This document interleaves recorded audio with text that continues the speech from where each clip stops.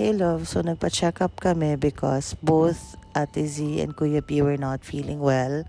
Ate Z started complaining about the pain sa lower right abdomen niya. While si Kuya P parang flu, fever and then cough yung nararamdaman niya. But while waiting as an outpatient, biglang nag-seizure si Ate Z. So the doctor asked us to be admitted already.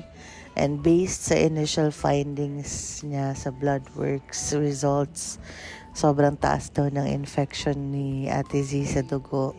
Mind you, this is less than 30 days from the initial admission naming tatlo for pneumonia naman. So, medyo nasasad si Ate Z. And we also didn't have a choice but to bring Kuya P with us kasi wala nga magbabantay. So for the whole stay na almost 7 days, Kuya P was with us, no?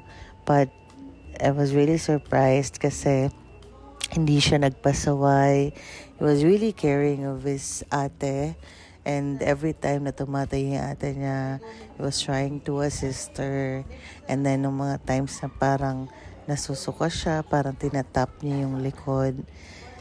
And na really natatouch talaga ako doon kasi I think kung ano yung nakikita niya sa mga parents